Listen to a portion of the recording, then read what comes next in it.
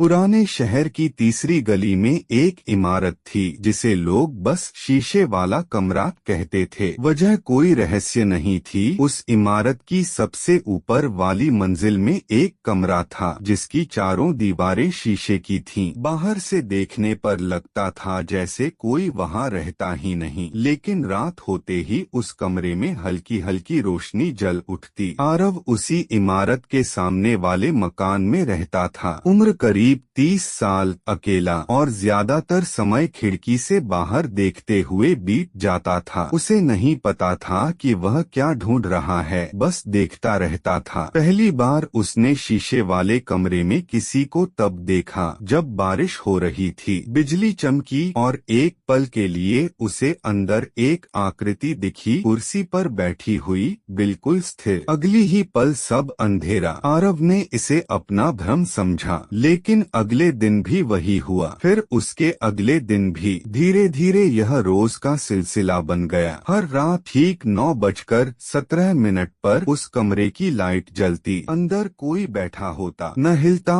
न खड़ा होता, न पर्दे खींचता। आरव की नींद खराब होने लगी। एक रात वह खुद को रोक नहीं पाया, छाता उठाया और उस इमारत की ओर चल पड़ा। नीचे का दरवाजा खुला हुआ था, जैसे किसी ने जानबूझकर छोड़ा हो। सीढ़ियाँ पुरानी थीं, हर कदम पर चरमराती हुई। तीसरी मंजिल, चौथी और आखिर में वह दरवाजा शीशे का। आरव ने हल्के से दस्तक दी, कोई आवाज नहीं। उसने दरवाजा खोला। कमरे के बीच में एक आदमी बैठा था। वही उम्र, वही कद, वही चेहरे की बनावट, वही आंखें। आरव के हाथ से छाता गिर पड़ा। डर मत, सामने बैठे आदमी ने कहा, मैं तू ही हूँ। कमरे की हवा भारी हो गई। यह मजाक है, आरव ने कहा, लेकिन आवाज में जान नहीं थी। नहीं, वह आदमी मुस्कुराया। यह वह जगह है जहाँ लोग आते हैं जो अपने ही सामने बैठना चाहते हैं। आरव कुर्सी पर बैठ गया। उसे समझ नहीं आ रहा था कि सवाल क्या पूछे। तू यहाँ क्यों है? उसने आखिरकार कहा। दूसरे आरव ने शीशे की दीवारों की ओर देखा। बाहर शहर दिख रहा था, चलती गाड़ियाँ, बंद होती दुकानें, बुझती लाइटें। मैं यहाँ इसलिए हूँ, उसने कहा, क्योंकि तू वहाँ रहकर खुद से भाग रहा है। आरव हंसना चाहता था, लेकिन हंसी आई नहीं। तुझे याद है, सामने वाला बोला, जब तूने लिखना छोड़ दिया था। कमरे में सन्नाटा छा गया। किसी ने मना नहीं किया था। वह बोला,